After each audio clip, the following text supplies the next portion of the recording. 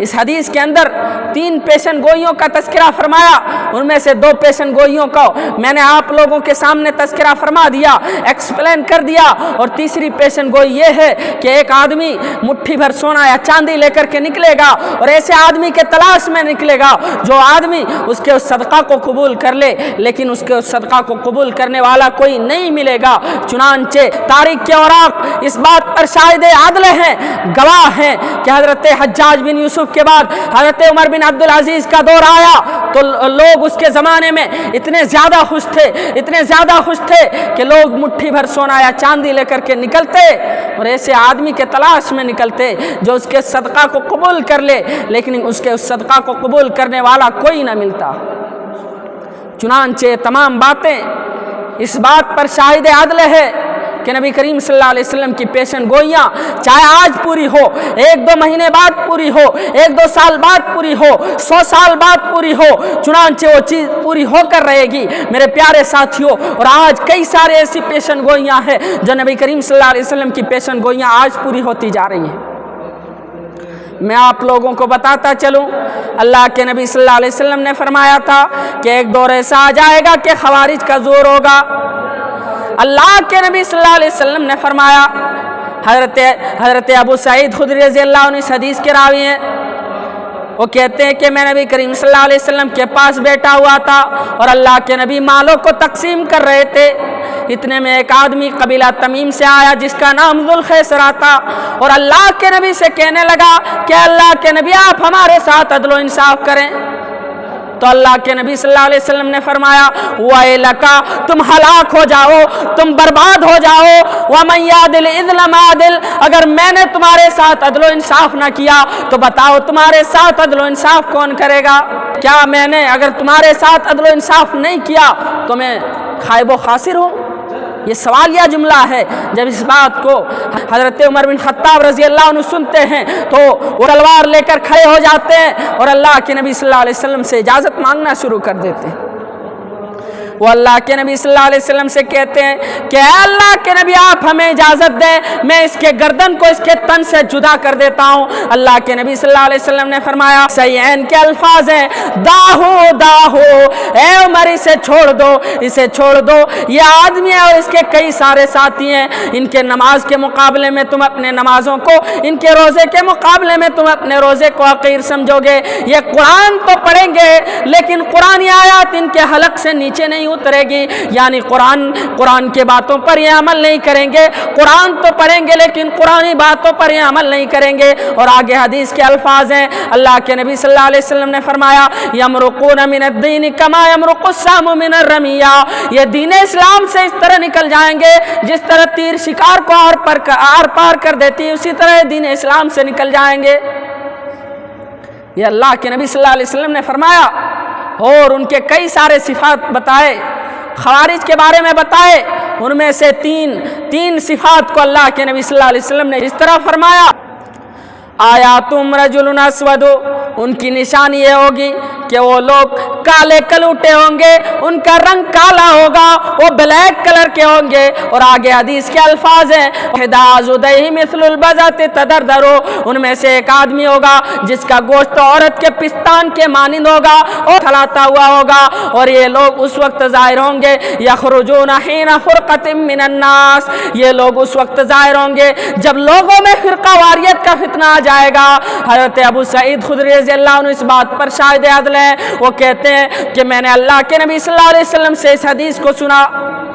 میں اس بات کا گواہی دیتا ہوں کہ میں نے اللہ کے نبی صلی اللہ علیہ وسلم سے اس حدیث کو سنا، اور میں اس بات کی بھی گواہی دیتا ہوں کہ حضرت ابو بکر صدیق رضی اللہ عنہ، حضرت عمر فاروق رضی اللہ عنہ، حضرت عثمان بن عفان رضی اللہ عنہ کے بعد جب حضرت علی رضی اللہ عنہ کے خلافت کا دور آیا تو اس کے زمانے میں لوگوں میں فرقہ واریت کا فتنہ آ چکا تھا، اور ایسے زمانے میں ایسا آدمی ظاہر ہونا شروع ہو گیا تھا جس کے بارے میں اللہ کے نبی صلی اللہ علیہ وسلم نے فرمایا تھا، آیاتم رجل اسود، وہ لوگ بلیک کلر کے ہوں گے، وہ لوگ کالے کلر کے ہوں گے، ان کا رنگ کالا ہوگا۔ اور یہ تمام چیزیں حضرت علی رضی اللہ عنہ کے زمانے میں پائے گئے۔ جب حضرت علی رضی اللہ عنہ کے زمانے میں پائے گئے تو حضرت علی رضی اللہ عنہ اور ان کے خلاف قتال ہوا۔ میرے پیارے ساتھیوں، یہ یہ خوارج کے بارے میں اللہ کے نبی صلی اللہ علیہ وسلم نے پیشن گوئی کی تھی، جو میں نے آپ لوگوں کے سامنے حدیث کے روشنی میں بتلایا، جو حدیث آپ کو بخاری اور مسلم کے اندر مل جائے گی۔ اور ہم اور آپ ذرا غور کریں کہ اللہ کے نبی صلی اللہ علیہ وسلم نے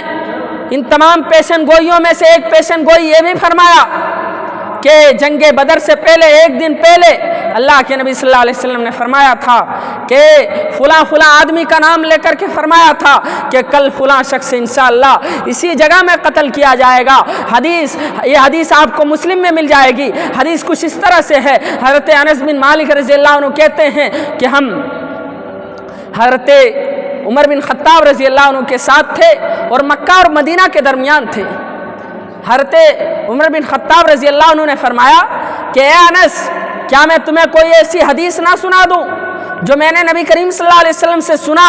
اور اللہ کے نبی صلی اللہ علیہ وسلم کی وہ پیشن گوئی اس کے دوسرے دن اسی طرح پوری ہو گئی جس طرح اللہ کے نبی صلی اللہ علیہ وسلم نے فرمایا۔